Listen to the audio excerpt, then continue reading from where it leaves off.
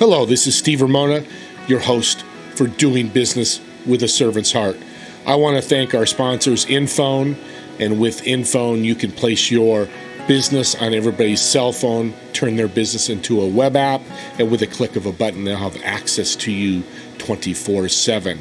And also Pantheon.fm. Have you ever thought about monetizing and taking your podcast to the next level? Well, Pantheon can do that. Let us show you how. Reach out to Steve Ramona, the host, at infone.co/SR1, and I will go over with you how you can make your podcast really stand out. Let's enjoy the show. Thanks again, everybody.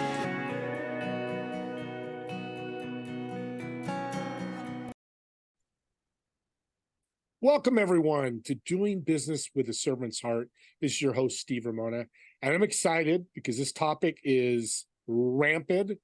I'm just going to say COVID has caused so many problems with us. We may get into that, but this is someone you're going to want to listen to. She is a rock star in the mental health industry, and she wants to help as many people as she can. So I'm hoping, audience, you can help her. Dr. D, welcome to the show. Thanks, Steve, for having me on. I'm excited to talk about all things mental health. Let's do it. Why mental health? Why did you jump into that? It's really a part of who I am. I say that in sixth grade, I kind of found myself a little bit because mom said to me, I guess when she overheard me talking to friends and everything, she said, "Who do you think you are, dear Abby?" And I started looking a little bit more into that. And I was like, oh, okay, I want to be a psychologist because it fits what I'm doing. And so I started on that path and took a little bit of college classes and then life and babies and marriage, and still ended up back doing psychology and all things mental health. And that's fantastic. Why is this such a big problem today? A variety of reasons. First and foremost is because of knowledge. What is mental health, right? Is mental health, does that mean I have to have problems? Does it mean I have schizophrenia? Does it mean I'm going to be in a straitjacket? Am I going to be stigmatized? I mean, the list goes on and on. Mm-hmm.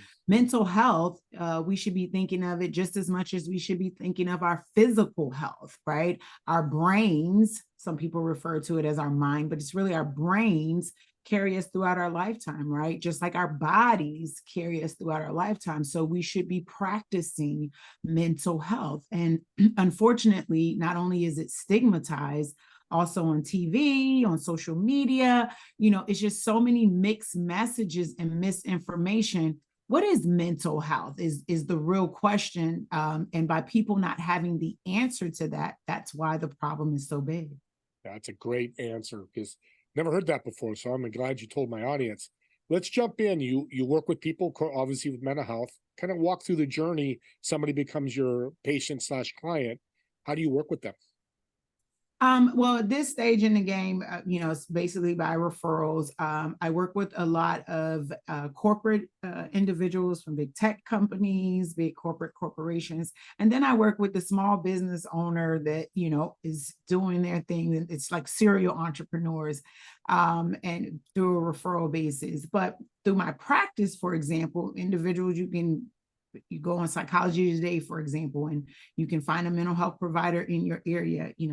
My ego is not so big that someone has to come and see Dr. D. I want you to get the help. Dr. D has clients. And so if you're looking for a mental health professional, you can go to Psychology Today. But it's really quite simple. It's just like you call your family doctor or call a cardiologist. You Google mental health professional, right? And then you call them and you come in for an appointment. We don't bite. We actually basically what's going on with you. And when a person comes in, for me personally, I say we're just going to have a conversation. And that conversation is about that person. And that session is focused on that person and their perspectives and their beliefs about what their life situation is. And then I challenge those beliefs to help them develop more healthier beliefs. So it's not that scary white coat thing that you see or straight jacket. Those things pretty much, at least I hope, don't exist anymore. There are people, I'm not going to discredit, there are people that are institutionalized and they are very, very sick. But a day-to-day basis, people are just dealing with hey, stress at work, stress with my partner or my kids, or life transition. Those are very common things that people come in to see me for. What's the sessions look like, and how often do you meet with people? In the beginning, it's more frequent, but I say I help the client on the first session. You don't come to a doctor to come and wait 6 months to feel better, right? And so that first session looks just like that. We're having a conversation. We're seeing if we're a good fit. Like, you're going to tell me about your situation. I'm going to tell you how I can support you.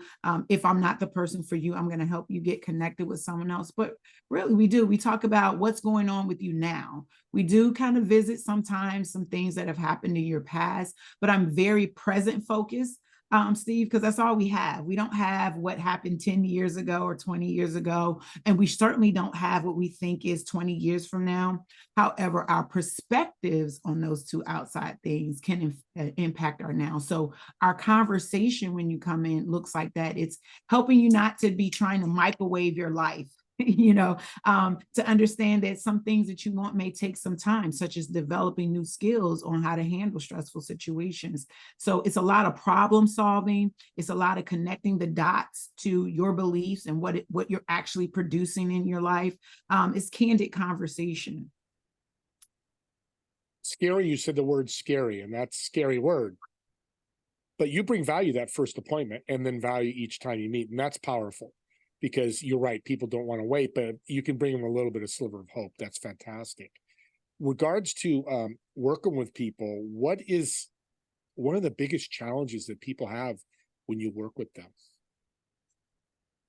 That's always a good question. It looks different for every person, but common theme though across the board is this idea of things being pathological. They come in because something's wrong with me, right? And so I'm able to help them that first session by normalizing their situation. How many people do you know, this is rhetorical, right, that have problems in their relationships? How many people do you know that have problems with their kids or with their friends, right? And so once I normalize that, then we can get to the real issue. Hey, I'm just having a difficult time connecting. I'm having a difficult time tapping into my skill set. And so I help them to see things that I'm an integrated, I use an integrated multicultural approach. And so one thing I use is solution focus. Like, what do you already do that's working in one area of your life? Let me help you with that skill, use that skill set in another area of your life. And that's why you can get results so quickly, because if you're already doing it and it works, how about if I show you how it works over here? Yeah, that's great. What's your comment on people say, oh, I've got my best friend, that's who I handle my mental health with? Wow, that's like saying I'm overweight and I got my overweight friend helping me at the gym. Well, and I'll just leave that at that. Yeah, and that's what I hear people say that. It's like, I got this, and I always tell people we need coaches or doctor, whatever, for each part of our life. That's a problem that needs to be fixed. We all do. What's your ultimate goal with your business? My ultimate goal with my business at this stage in the game, because I've been doing this for close to 20 years, is to help 1 million entrepreneurs to become better, intimate partners and parents.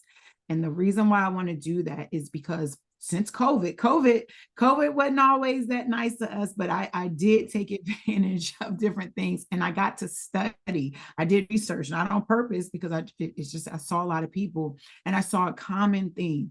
People were earning income. People had the fancy houses. People, when they decided to go outside, were taking the trips, but they lacked fulfillment and quality of life, which I'm big on. And these were people that had lots of money, have big enterprises. And what was the reason? Why were they not successful to them? It's because I don't feel connected with my partner. I have the big house and the shiny car. I don't. Or I'm having a hard time being present with my kids. So I want to help 1 million entrepreneurs to become better, intimate partners and parents. Let's start with this audience. One person today, reach out to Dr. D. I want to be number one. I know you have many more, but let's start this crusade today. I love your crusade. Before I forget, because you dropped a lot of nuggets here, how can people find you? Well, you can find me on Instagram at follow Dr. D. That's follow Dr. Dr. D with 3 E's. Somebody, it must be another Dr. D or several of us out there, but if you want me, you need the one with 3 E's on the back. Awesome. I'm going to do something great too. I'll put my money where my mouth is. The first 4 listeners, you reach out to her, I'm going to give you a $20 Amazon gift card. So she'll reach out to me when you say mention the podcast. You have to mention the podcast. She doesn't know what it is unless you mention the podcast. And she'll get me your contact information, your email, and I'll email you an Amazon gift card, because that's going to step us towards the 1 million. But more important, she's here to help you. If you're struggling at all, reach out. She'll talk to you and see if you're a fit. And guess what? She could change your life. Yeah. How's that sound? Oh, that sounds amazing, Steve. Awesome. And the 4 people, I will give each of those individuals, if they mention your podcast, I will give them my book, How to Overcome Burnout, which is for entrepreneurs. I will send it to them for free. Like I said, what could you imagine, Steve? 1 million entrepreneurs. These are people, because corporate America has, like, they have big money, big game, big resources, EAP, right? It's the small business entrepreneur, right? Or what would be considered a small business owner that usually goes under the radar with mental health, because it's like, hey, I got to help my team. I got to run my business or whatever. I'm going to give you the playbook on how to get that quality of life, how to be that intimate partner and parent. Damn, that's a true servant right there. Well, thank you, audience. A book, $20 Amazon gift card. I think I'm going to get off this podcast later and call her. I can't pay myself. That won't work. I've got a big question for you. I've been meaning to ask you for this show. COVID is probably the other side, but I'm hearing from other experts in the mental health field that the impact is still years away. What's your thought on that? When COVID hit, and when I say COVID hit, and it was like 2 weeks into everything shutting down, it was toward the end of March, I said the biggest pandemic was going to be on people's mental health. People were, in my opinion, literally imprisoned themselves in their home. And so I can't tell you how long it will take, but I can tell you, here it is, we're in 2023, and I still have some people that come seek me out because they're scared to go out in public. I just met a lady yesterday. She goes out shopping for a lady that hasn't left her house since January 2020. Yeah. And that's where you're going to be more important than ever as this really starts coming to fruition. People starts hitting them harder and harder. You come in to save the day.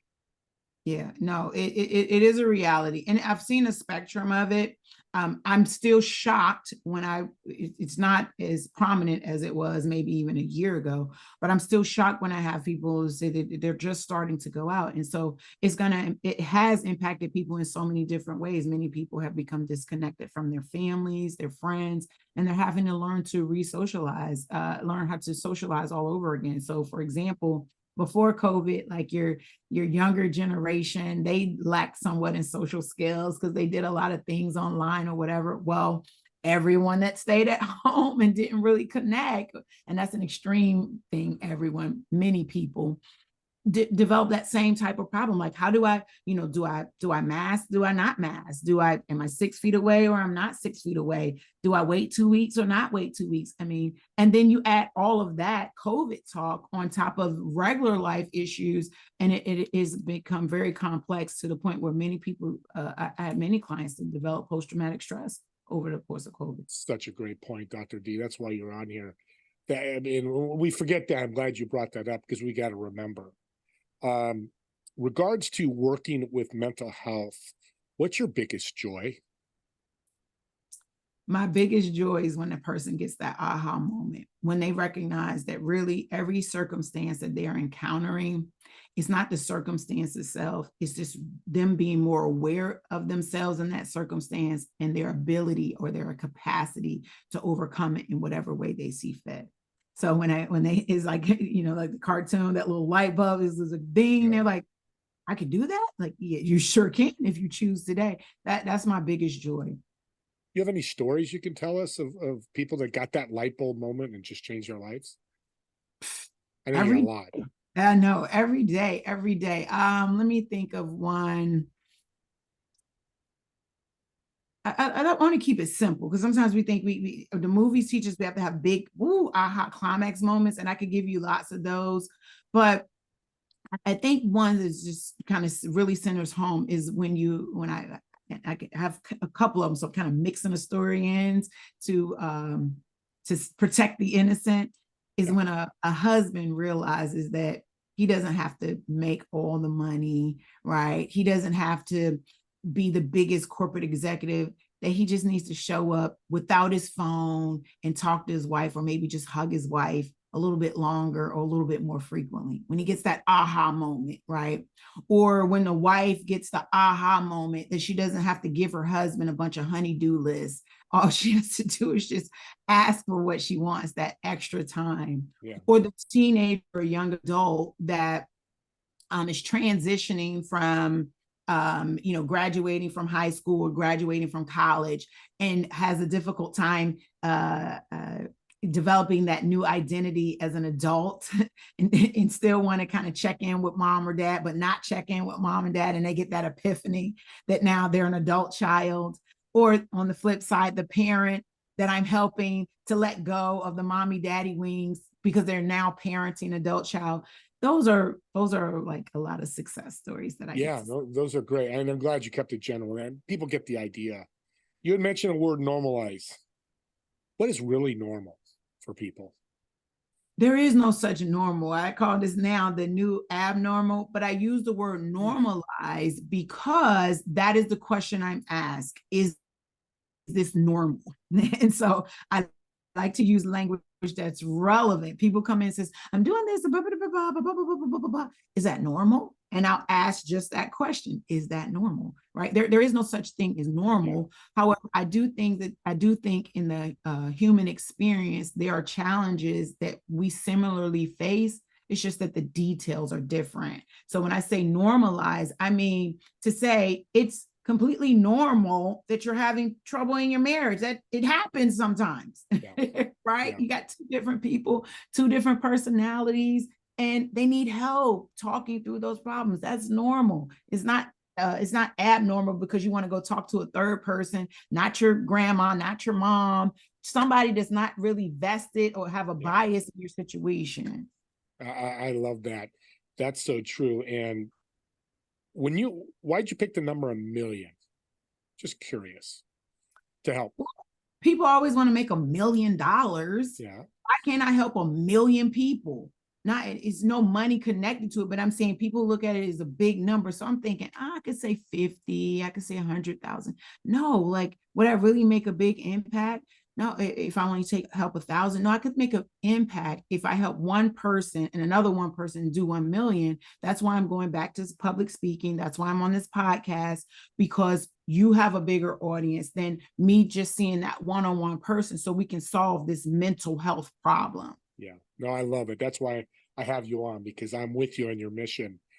So your program is usually just one-on-one. You don't do group help, or do you do that as well? I do group and I do individual. Okay. I have an upcoming intimate partner boot camp. It is a small group intentionally. I want it to be intimate so that people can work through whatever things that they need to work through.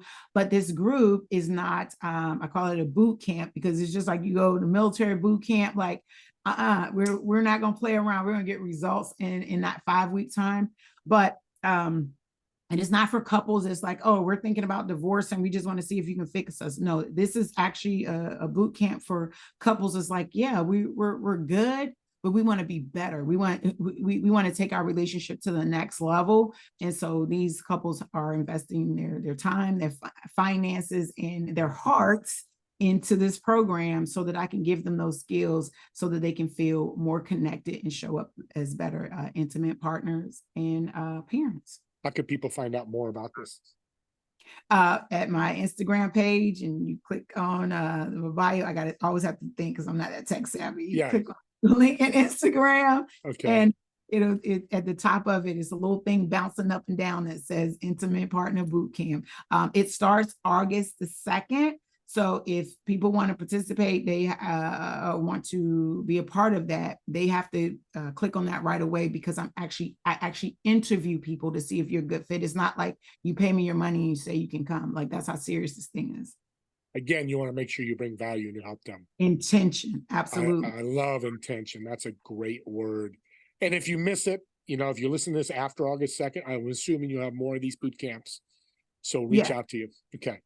absolutely. One thing about a podcast, it's July 26th and they listen to it October 26th. They'll miss it, but they want to, again, connect you with Instagram.